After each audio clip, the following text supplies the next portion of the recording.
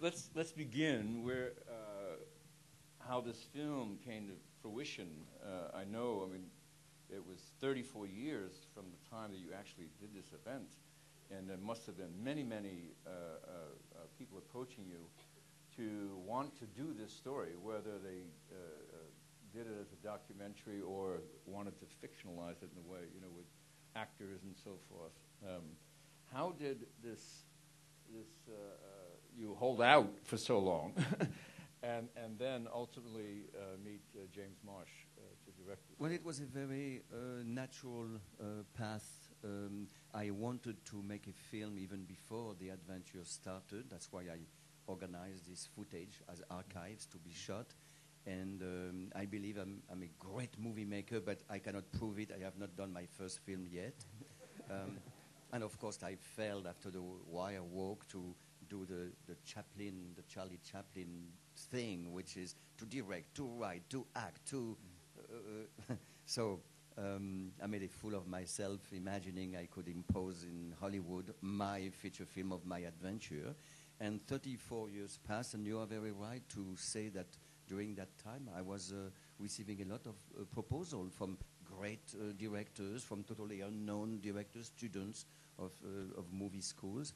And it was very natural that I only said yes when I thought all the spirit was right. And for me, the spirit had to be right with a word that is not welcome in Hollywood, collaboration or consultation or participation. I'm talking artistically mostly. And when it became right, when James Marsh was introduced to me, and I had to agree to everyone in the film, the director first, and we had a great dinner where no one ate anything. Strange thing for a Frenchman who loves to drink and eat. And we shook hands, and he welcomed this collaboration of me, not only taking the film from my book to reach the clouds, which now has been retitled Man on Wire, of course. So it was a very natural process. It was not I was holding and I had a plan, you know. I never have a plan. I mean, I dream, and I make my dream comes true, and that's enough of a plan right there. But besides the idea of what you had a vision for, was there financing in place as well, so that when you found the right person to tell your story, that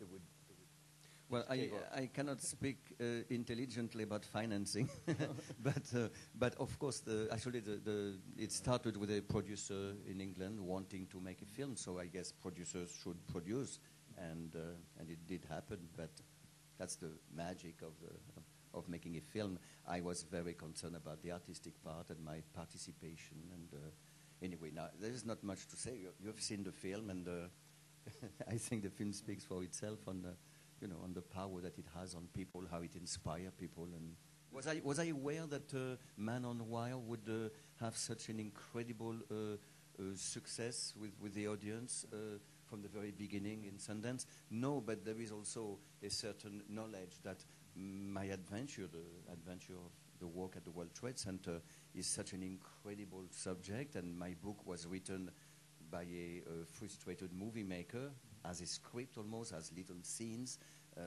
So I knew it's a great adventure, and you have to make a great film of it. And therefore, I knew in advance that if a film is one day made of my adventure, it's going to interest people and amaze them and inspire them in the same way that the real work did. So in that sense, yes. I mean, in the Oscar, when they opened the envelope, I was almost falling asleep. I knew the man was going to say Man on Wire, and he did. Well, it must. No, but hold on. This, hold on. This is not egocentricity, or this is not.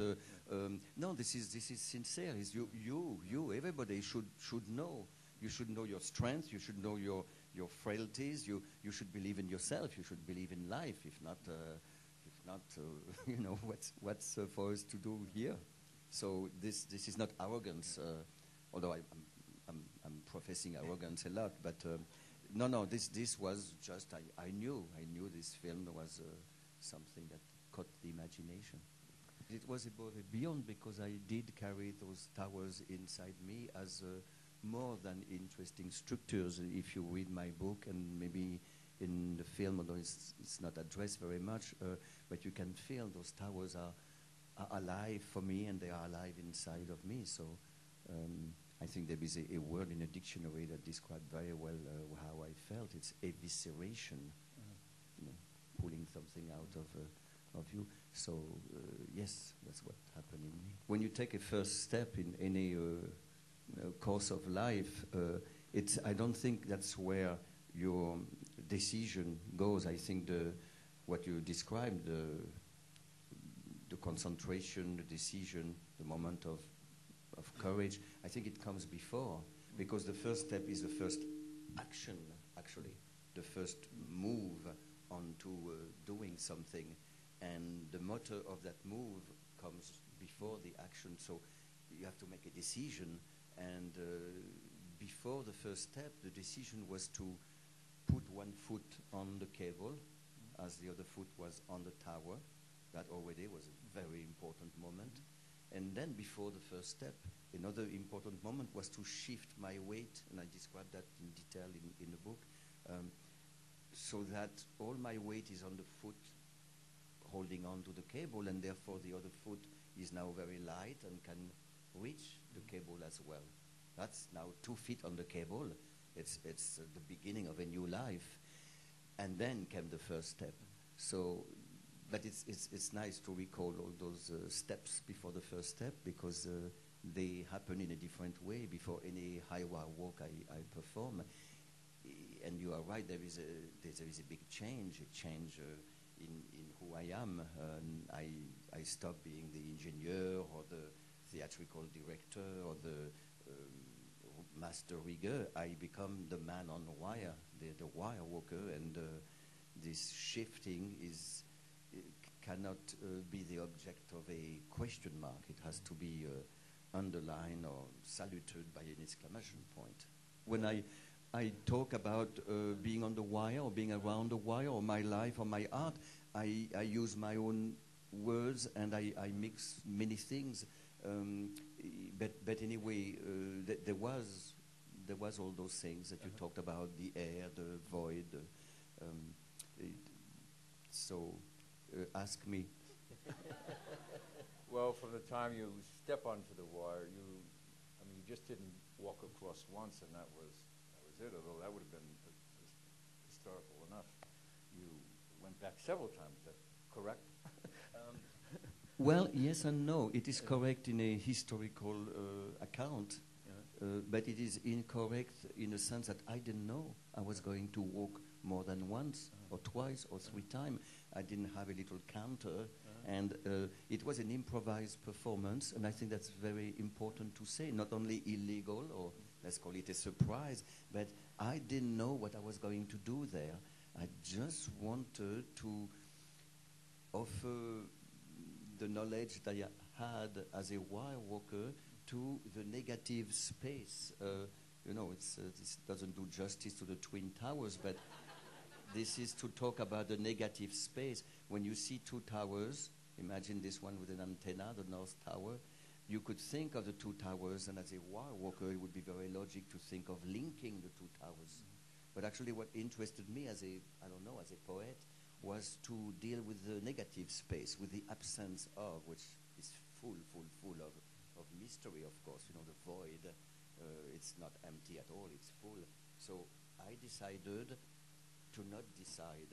I wanted to be there and see what happened, and I knew, since I'm not a stuntman, I knew I was not going to run across and say, I did it. I wanted to see what happened, and many things happened, and thus the book. And some of what happened is on the screen now.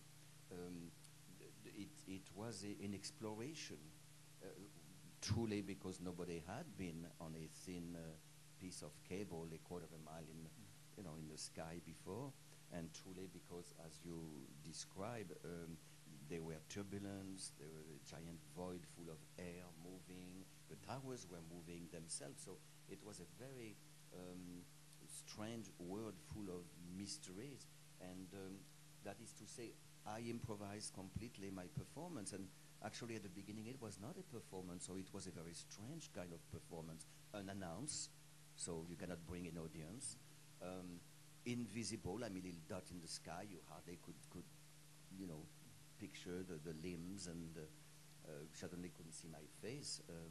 And it was very intimate. It was between the horizon and me, the negative space of the tower and me, the towers and me, the cable and me, the sky, the wind, the birds and me. And then at some point, of course, I heard the rumor from below, because 10, 100, 1,000, 10,000 people at the end, my friends told me there were 100,000 people there. So then the crowd made itself heard. And I was, I don't know what, I was maybe saluting the horizon. I heard applause. And actually the applause took a long time to reach me, because it was so high. And of course, when you give an artist on stage an appreciation, then it becomes a performance. There is a way to react. You do another move and you hear another acclamation. And so my intimate performance became an open performance, a public performance, and then it became mixed. Then, as also you said, the police came, and then it changed a little bit the game. I shouldn't use that word because I hate it, but what I mean is, well, actually, yes, the police being there, I can use a word that I hate. It was a police game, but and then even that changed. We saw on the screen this policeman who makes a statement of an amazed onlooker, and he's forgetting he's a policeman. He talks about the beauty of. So you see, all that to me was unprepared, and I think this is very one of the reasons why this apparition in the sky in New York at that moment inspired people so much and rejoiced people so much. Would have been very different to create a performance in a different way than by surprise.